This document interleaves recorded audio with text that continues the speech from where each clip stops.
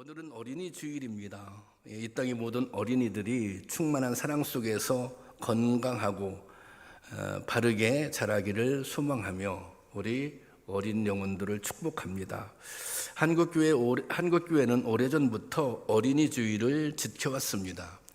1923년부터 5월 첫 주일을 어린 주일로 정하고 꽃주일 그렇게 불렀습니다. 아이들의 예쁜 모습을 생각하면 이 꽃주일이 너무 적절한 표현이라 생각이 됩니다. 우리 교회는 아이들을 어떻게 신앙적으로 바르게 양육할 것인가를 진심으로 고민하고 그리고 실천하는 교회입니다. 제가 교회를 건축할 때부터 이것을 염두에 두었습니다. 그래서 우리 교회의 핵심 가치가 다음 세대를 준비하는 교육입니다. 오늘 아무리 부흥하고 번영을 이루어도 이것이 미래 세대로 이어지지 않으면 의미가 없기 때문입니다. 오늘 기성세대가 무엇보다 부모의 역할을 바르게 감당하는 일이 매우 중요한 것입니다. 그런데 여러분, 어떻게 하면 우리가 자녀들을 신앙적으로 잘 양육할 수 있겠습니까? 본문에 그 일에 한 가지 답을 제시하고 있는 어머니가 나옵니다. 바로 사무엘의 어머니 한나입니다. 한나를 통해 자녀를 하나님의 사람으로 바르게 양육하는 길을 오늘 배워보고자 합니다. 오늘 이 말씀이 자녀들을 양육하는 우리에게 새로운 도전이 될 수 있기를 바랍니다. 한나는 매우 늦은 나이에 사무엘을 낳았습니다. 당시에 아이를 낳지 못하는 것은 여성이 가지고 있는 가장 커다란 결함이었습니다. 심지어 죄인 취급을 받아야 했습니다. 한나는 아이 갖기를 소원하며 하나님께 간절히 부르짖어 기도합니다. 그 간절함이 얼마나 처절했든지 기도하는 모습이 마치 술 취한 것 같다, 그렇게 성경은 기록하고 있습니다. 사무엘상 2장 13절에 있는 말씀인데요, 함께 보겠습니다. 시작. 한나가 속으로 말하며 입술만 움직이고 음성은 들리지 아니하므로 그가 취한 줄로 생각한지라. 얼마나 막 몸부림치며 그러죠? 간절하게 기도했든지 엘리제 사장이 그 모습을 보니까 이 여자가 이거 술 취한 것 아니야? 그렇게 오해했다는 것입니다. 그렇게 간절히 부르짖어 기도하자 하나님께서 한나의 기도에 응답해 주십니다. 사무엘을 드디어 아들을 주신 것입니다. 사무엘상 2장 20절 말씀인데요, 함께 볼까요? 시작. 한나가 임신하고 때가 이름에 아들을 낳아 사무엘이라 이름하였으니 이는 내가 여호와께 그를 구하였다 함이더라. 한나가 드디어 사무엘을 낳았습니다. 그런데 한나가 하나님께 사무엘을 아들을 달라고 간절하게 기도했잖아요. 기도할 때 이 한나가 하나님께 약속을 하나 한 게 있습니다. 내가 하나님께서 나에게 아이를 주시면 내가 이렇게 키우겠습니다, 이런 약속을 합니다. 그 약속이 사무엘상 1장 11절에 나옵니다. 함께 보겠습니다. 시작. 서원하여 이르되 만군의 여호와여, 만일 주의 여종의 고통을 돌보시고 나의 극역하사 주의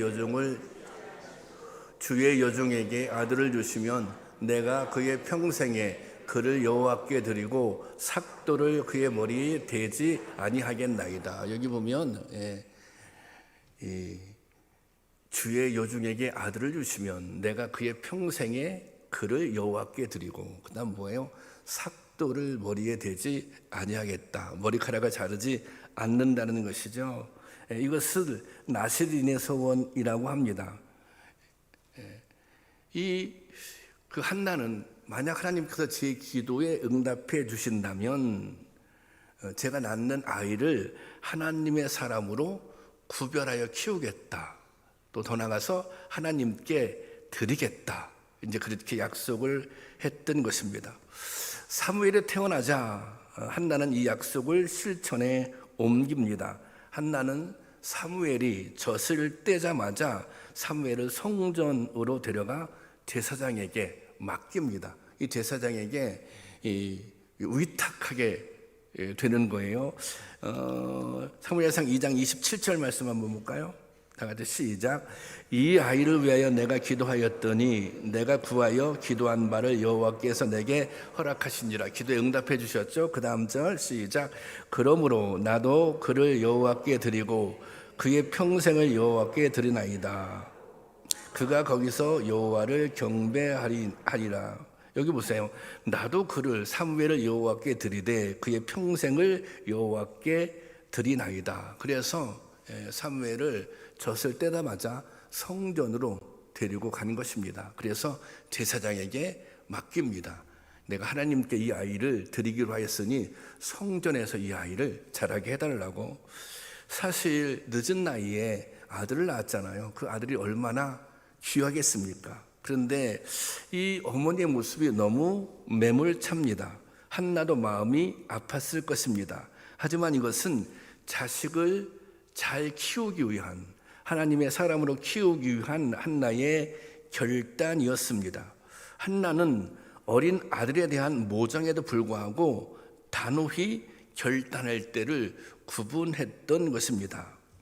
저는 우리가 자녀들을 이렇게 신앙교육을 잘 시키고 싶잖아요.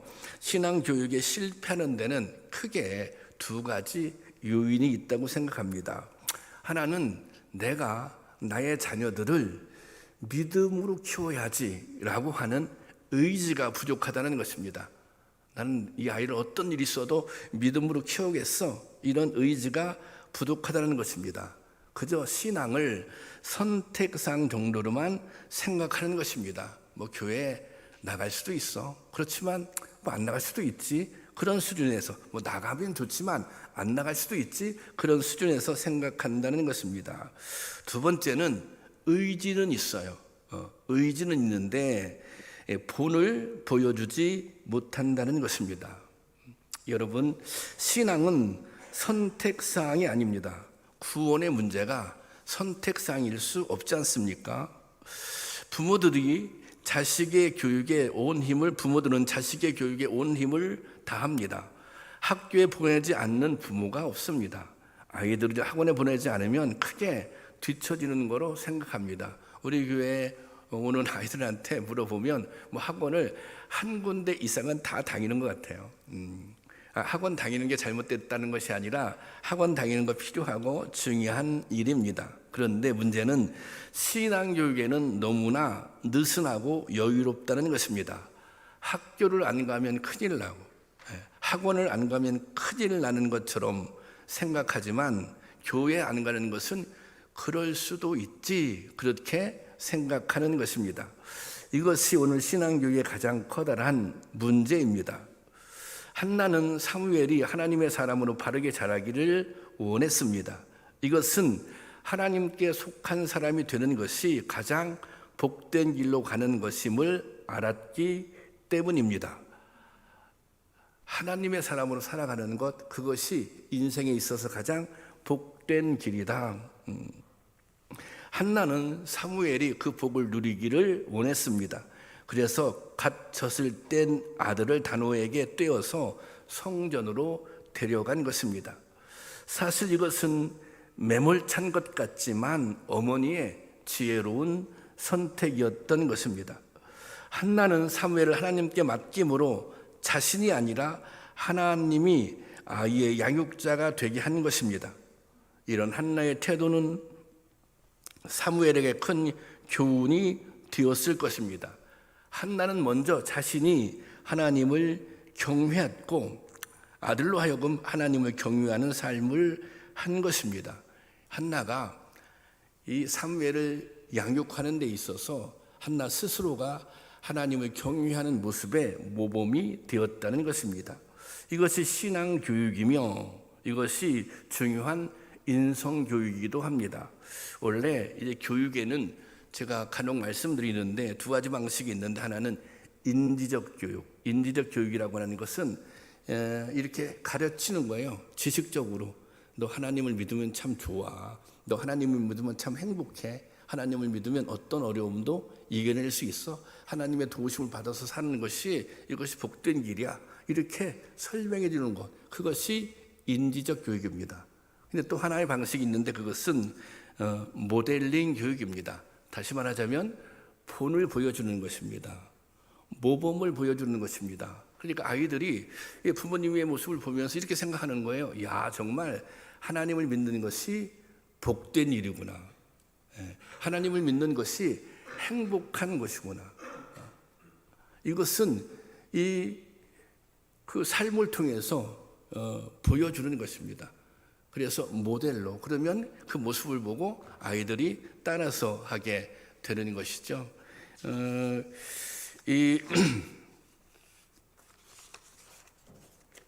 우리 교회에 그 이정인이라고 하는 이제 2살이죠. 2살 난 어린 아이가 있는데 여러분이 잘 알고 있는 이선재 또 권지미 집사님 아이입니다. 이 아이는 거의 교회에 매일 옵니다. 왜냐하면 엄마가 교회에 오는데 그 엄마를 항상 따라와요. 그래서 엄마는 또 수요일 날 뭐 예배드리면 거기서 또 찬양단 하고, 또 목요일 날도 어머니 기도에 찬양단 하고, 또 이제 교사를 하잖아요. 교회 앞에서 일을 하면 항상. 그래서 제가 교회에 오면 매일 거의 이제 이 정인이를 보는 것 같아요. 그런데 어느 날 이제 권지미 집사님이 저에게 영상을 보내왔어요. 그 영상을 한번 저 보여드릴게요. 영상 한번 틀어주세요.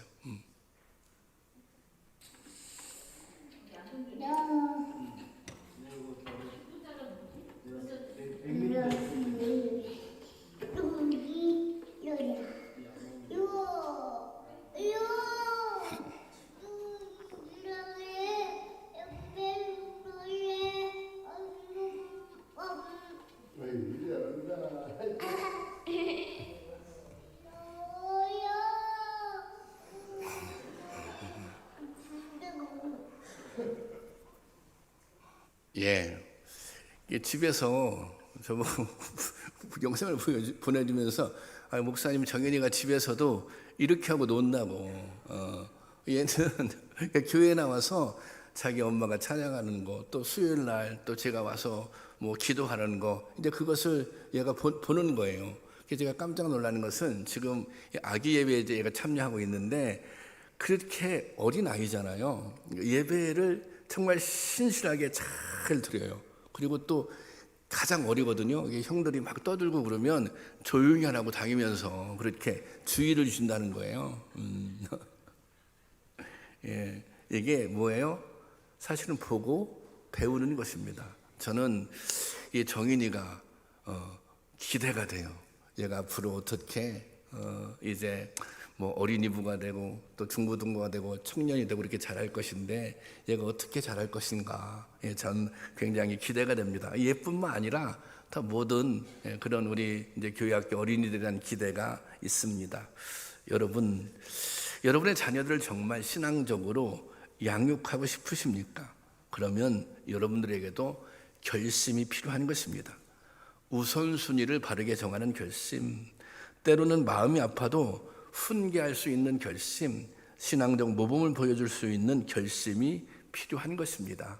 이런 다짐이 우리 가운데 있기를 주님의 이름으로 축원합니다. 이 사무엘이 성전에 맡겨질 때 성전에는 엘리 제사장이 있었습니다. 엘리에게는 2 아들이 있었는데 이들도 아버지의 뒤를 이어서 제사장이 됐습니다. 그리고 사무엘도 제사장이 되었습니다. 여기까지는 다 같습니다. 그런데 엘리의 아들들이나 한나의 아들들이나 똑같이 제사장이 된 것이죠. 당시에는 왕이 없었어요. 그래서 이 제사장은 이스라엘의 최고 지도자였습니다. 그러니까 엘리와 한나는 자식들을 제사장으로 만드는데 성공했던 것입니다. 그런데 이것이 다가 아닙니다. 그 다음이 중요합니다. 엘리의 아들들과 사무엘은 제사장이 된 후에 완전히 다른 길을 걸어갑니다. 오늘 본문에도 그들의 범죄 현장을 고발하는 내용이 나왔는데요. 사무엘상 2장 34절 말씀입니다. 함께 보겠습니다. 시작. 내 두 아들을 홈리와 비느하스도 한날에 죽게 것이며 이것은 내가 말한 모든 것이 반드시 이루어진다는 표징이 될 것이다. 지금 하나님께서 엘리야에게 두 아들에 대한 지금 심판을 선고하고 있는 것입니다. 뿐만 아니라 하나님은 두 아들이 심판받는 것이 엘리에게 표징이 될 것이다, 그렇게 말하고 있는데 이것이 무슨 뜻입니까? 홈리와 비느하스가 심판을 받고 죽게 된 책임이 아버지 엘리에게 있다는 것입니다. 너희 아들이 죽게 될 거야. 너희 아들이 심판받게 될 거야. 그런데 그게 사실은 너의 책임 때문에 심판받는 거야. 네가 너의 아이들을 잘못 키웠어. 그래서 아이들이 심판받게 된 거야. 지금 그렇게 말하고 있는 것입니다. 엘리는 제사장이었지만 신앙 교육을, 자녀 교육을 잘못 시킨 것입니다. 사무엘상 2장 26절 말씀인데요. 제가 세 번역으로 올려놨거든요. 한번 보겠습니다. 다 같이 보겠습니다. 시작. 그런데 너희는 어찌하여 나의 처소에서 나에게 바치라고 행한 나의 제물과 예물들을 멸시하느냐? 어찌하여 너는 나보다 네 자식을 더 소중하게 여기며 나의 백성이 이스라엘에게 바친 모든 제물 가운데 가장 좋은 것들만 골라다가 스스로 살찌도록 하느냐? 이 내용이 무엇입니까? 자식을 사랑했어요. 그렇지만 믿음의 본을 보여주지 못한 것입니다. 이 엘리는 제사장으로서 바른 길을 가지 못한 것입니다. 홈리와 비느하스는 제사장이 되어 하나님 앞에 온갖 죄를 자행합니다. 하나님께 바쳐진 성물도 훼손하고 또 성막에 수종되는 여인들을 희롱했습니다. 그런데 이 모든 일들이 바로 아버지 엘리 제사장이 있었던 그 성전에서 일어난 일입니다. 그러니까 엘리가 아들의 죄를 눈감아 주었던 것입니다. 따지고 보면 엘리는 자식들에게 안정된 미래를 보장해 주었습니다.